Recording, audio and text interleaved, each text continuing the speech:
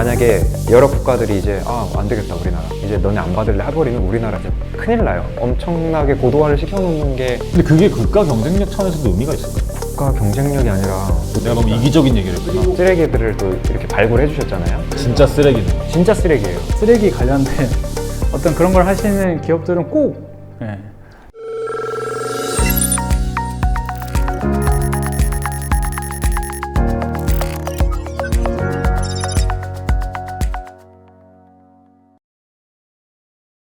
ESG 얘기 나온 지도 한 4, 5년이 돼가는 것 같은데 제일 체감할 수 있는 트렌드는 스타벅스에서 종이 빨대 쓰는 거거든요. 이게 진짜 ESG에 도움이 되는 건지도 잘 모를 때도 있기도 하고 앞으로의 어떤 생활상은 어떻게 달라질까요? 패션 쪽에서는 지금 동향을 봤을 때 이런 소재 개발하는 회사들이 되게 섬유 소재, 재활용이 되게 용이하거나 친환경 소재로 개발된 이쪽으로 좀 많이 투자가 이루어지는 걸로 알고 있고 큰 범죄 소매는 우리 업체도 그런 유주 중에 하나인 거고. 백화점 가서 지금 패션 의류들 보면 리사이클드 매터리얼이 안 들어가 있는 의류가 사실은 이제는 거의 없어요. 아 그래요? 그냥 평준화가 되고 있는 거예요. 근데 나중에 정말 모든 의류에 리사이클드 의류가 들어가면 없는 의류가 이상해지겠죠. 윤혜 대표님이나 저나 이런 분들이 계속해서 그런 시스템을 만들기 위해서 계속 노력을 하고 있는 것 같아요. 그래서 그냥 ESG라는 용어를 생각하지 마시고 뭐 어떻게 바뀌고 있냐 이런 것들보다는 그냥 실제 이미 생활에 너무 많이 이제는 들어와 있기도 하고 그게 아마 더 강해질 거다.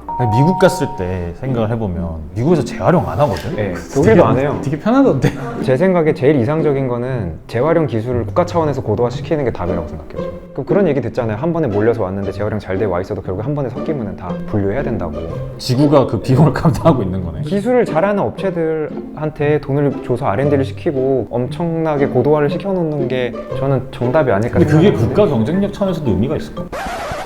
국가 경쟁력이 아니라 이제 폐기물을 어떻게 처리하는지 자생할 수 있게끔 돼야 딴 나라가 피해를 안 보잖아요. 내가 너무 이기적인 얘기를 했구나. 예전에 우리도 중국에다가 아마 쓰레기 수출한 걸 아는데 뭐 이제는 동남아 이제는 중국에서도 이제 우린 그런 나라 아니야 하고 이제 딱 닫아버려. 예를 들면 섬유 쪽도 그런 게 있거든요. 정권 이슈나 뭐 이것 때문에 막아요. 그게 만약에 여러 국가들이 이제 안 되겠다 우리나라 이제 너네 안 받을래 해버리면 우리나라 이제 큰일 나요. 그럼 어딘가 우리는 또 그걸 태우거나 매립해야 되잖아요. 난지도가 또 생기겠죠. 이런 사태를 겪고 있는 곳이 이제 인도네시아가 있단 말이에요. KTNG 프로그램 때문에 가서 이제 저희가 이런 회사다 하고 사전에 거기에 공지가 됐고 저희를 만나고 싶어하는 스타트업들이 신청을 해가지고 움직이지도 못하고 계속 교체돼서 만났단 말이에요. 근데 진짜 거기는 현장이잖아요. 버려지고 있는 눈빛이 달라요. 대표님들이 폐섬유 문제 해결하고 싶은데 어떻게 하면 되냐.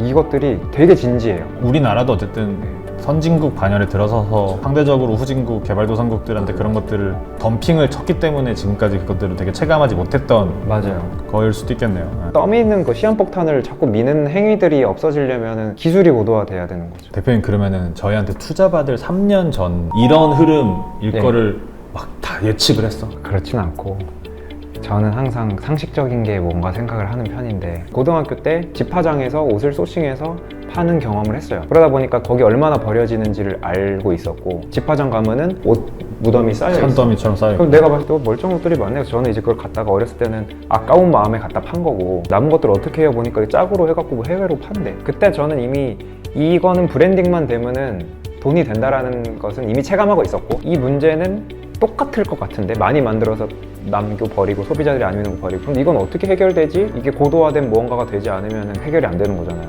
매년 생산되고 유통되고 재활용되는 과정에서 저희가 어떤 역할을 하면은 여기서는 충분한 수익 구조가 창출될 것이다. 저는 베이스가 화학공학인데 SK 계열사에서 근무를 하면서 그 당시만 해도 플라스틱에 대해서 관심이 많았어요. 근데 어떤 프로젝트를 하나 하는데 실제 그게 안 됐어요. 실패를 했어요. 그 이유가 요거를 사람이 다 하려고 하다 보니까 이 전체 밸류체인이 너무 가격이 뛰는 거예요. 그래서 저는 생각한 게 플라스틱은 내가 좀 잘 아는 분야니까 뭔가 할 수 있을 것 같았는데 의류는 제가 잘 모르다 보니까 근데 의류가 대부분 플라스틱으로 이루어져 있더라고요. 그럼 이걸 좀 기술적으로 뭔가 할 수 있는 걸 하면 내가 이 시장의 어떤 게임 체인저가 될 수 뭔가 있겠다. 그게 될 수 있겠다라는 생각이 있었고 우리나라에서 생산해야 되는 플라스틱 양이 있겠죠. 우리나라 굉장히 많이 소비하거든요. 그 의무량을 충족시키기 위해서 여러 재활용 기업들이 노력은 하고 있죠. 사실 그거를 재활용한다고 해서 지금 우리가 전체 사용하고 있는 플라스틱의 턱도 안 되지. 양을 맞출 수는 없어요. 결국에 플라스틱이 많은 곳은 어딘가로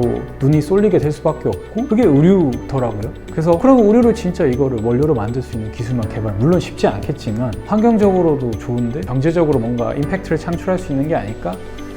라는 생각으로 뛰어들게 됐죠. 그러면 우리 말고 다른 애들을 못하게 만드는 요인은 뭐예요? IT 베이스에서 이 구조 짜는 건 쉬워요. 근데 이제 똑같은 걸 만들어 놨는데 쓰게 만드는 것? 어떻게 쓰게 만들 것인가는 다른 문제예요. 완전 브랜드와 소통할 수 있는 언어를 가지고 있다. 그리고 진단을 정확하게 할 수 있으니까 아이디어가 아니라 경험을 기반으로 말할 수 있고, 제일 중요한 건 그랬을 때 누구랑 같이 플레이를 하느냐인데 감사하게도 좋은 형님들이 끌어주시니까. 같은 문제를 해결하려고 하는 기업들은 많아요. 왜 안 많겠습니까? 엄청 큰 시장이기도 하고 단순히 섬유를 재활용하는 데서 그치는 게 아니라 의류라고 하는 걸 타겟팅한다는 게 조금 다른 점이랄까요? 그래서 의류를 섬유로 만들고 섬유를 다시 원료로 만드는 이 체인을 지금 만들겠다고 하는 건 차별성 있게끔 말씀드릴 수 있을 것 같습니다. 남들은 그게 시장성이 안 나온다라고 얘기를 대부분 해왔다고 한다면 네네네. 저희도 그게 좀 현실화될 수 있도록 기대를 걸고 있는 것이 사실인 거고. 그 시점 문제인데 저희도 20년도에 민트 컬렉션 처음 창업했을 때 투자자분들이 하는 말씀이 중고 의류를 왜 하냐, 환경 얘기를 왜 하냐. 근데 지금 봐봐요. 23년도 보면서 막 중고 의류 시장 커지고 있다. 엄청 커. 관련 투자도 막 하고 계시고, 그런 진통은 우리는 어쩔 수 없이 겪을 수밖에 없는 걸 인정하고, 다만 저희는 그냥 잘 버티면서 검증해 나갈 수밖에 없는 거. 우린 진짜 잘 버텼어. 저희 진짜 잘 버텼죠. 얘기를 듣다 보면 어쨌든 뭐 두 분 직접적으로 사업적인 연관성은 없을지라도 어쨌든 가지고 있는 네트워크가 되게 많이 겹치는 부분들이 있는 것 같아요. 알럼나이들의 쓰레기 모임 얘기를 안 할 수가 없는데, 제가 쓰레기 모임에서 느낀 하나는 거기 계신 분들이 진짜 찐이다. 대충 이거 돈 될 것 같아서 오신 분들이 아니에요. 눈빛들이랑 하시던 것들이 진짜 문제라고 인식하시고 해결하고 싶어 하시는 분들이세요. 진짜 쓰레기네. 진짜 쓰레기예요. 저희 쓰레기들을 또 이렇게 발굴해 주셨잖아요. 이제 그렇게 모셔주시면 저희는 또 이제 쓰레기로 초대를 드려서 밟아가시는 과정들에서 도움이 될 수 있는 것들을 저희는 최선을 다해서 또 도와드리고, 이쪽 업계가 그리고 생각보다 좁아요. 다 연결돼 있고 알아요. 어떻게 하고 있는지를. 뚫어가시는 데 있어서 네트워크 어떻게 연결을 해드리고 이런 것들도 좀 충분히 도움을 드릴 수 있지 않을까. 신입 쓰레기. 처음에 그 쓰레기 모임이라고 했을 때 이걸 저렇게 흔쾌히 다들 받아들이시는가 이렇게 했었는데, 저도 이제 그 쓰레기 모임에 또 일원으로서 그 초대 이렇게 초청을 이렇게 또 해주셔가지고 너무 기쁜 마음으로 그때 이제 이태원에서 저희가 첫 모임을 저는 참석을 하게 됐는데, 제가 의류 쪽이나 패션 쪽에서는 아무래도 좀 늦게 들어왔다 보니까 그런 쪽에 있어서 되게 많은 이야기들을 해주시는 것도 있고, 사실 대부분의 뭐 박람회 혹은 뭐 어떤 컨퍼런스에 가면 어느 정도 수준까지만 얘기를 하는데 되게 딥하게 많이들 얘기하시는 것 같았어요. 아니까 이미 그런 알고 거. 있으니까. 이게 되게 도움이 되는 것 같아요. 그래서 쓰레기 관련된 어떤 그런 걸 하시는 기업들은 꼭 무조건 바른동행. 저희는 사실 이거의 진정성을 본다라기보다도 이게 투자자 입장에서 돈이 될 것 같으니까 투자를 하는 건데, 후향적으로 해석을 하면 진정성이 없으면 돈을 못 버는 것 같아. 진정성이 있어야 이 되게 어려운 시기들을 버텨서 살아남을 수 있는 것 같고, 그래야 그때 이제 수익화를 볼 수 있는, 결실을 볼 수 있는 시기까지가 도달하는 것 같다. 잘 버텨주고 더 성장해 주시기를 좀 기대를 하면서 한투랜드에서 다시 한번 또 만날 수 있도록 그때까지 화이팅! 파이팅. 아내한테 할래요. 가쁜 영상 편지. 포럼이나 이런 데서는 이제 이런 얘기를 할 수가 없으니까. 근데 아기가 생겼는데 와. 그 아기 태명이 한투예요. 너무 부담스러운데?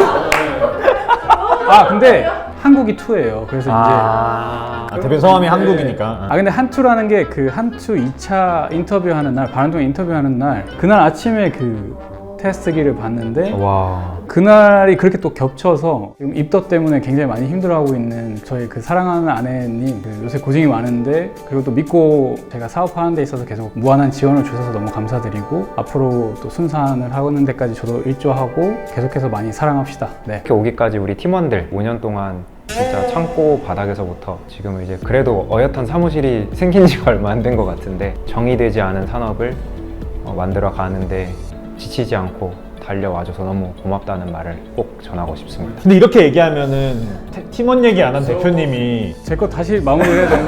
그렇지만 뭐 저희는 따로 또 아직 의견은 안 됐어요. 저는 이제 막 시작했으니까. 구독, 좋아요. 알람 설정까지 한투. 나는 그런 생각 든 거지. 팀원을 챙기는 사람이 있고. 그 대전 그 골방 실험실에서 지금 열심히 효소를 배양하고 계신 우리 CTO님, CTO님만. 또 다른 옆에서 AI 모델을 열심히 개발하고 있는 우리 그 카이스트의 천재, 미래 네, 두 분이 있어서 제가 또 괜한 말을 여러분들이 해가지고. 있어서 제가 계속해서 앞으로 나아갈 수 있을 것 같습니다. 네.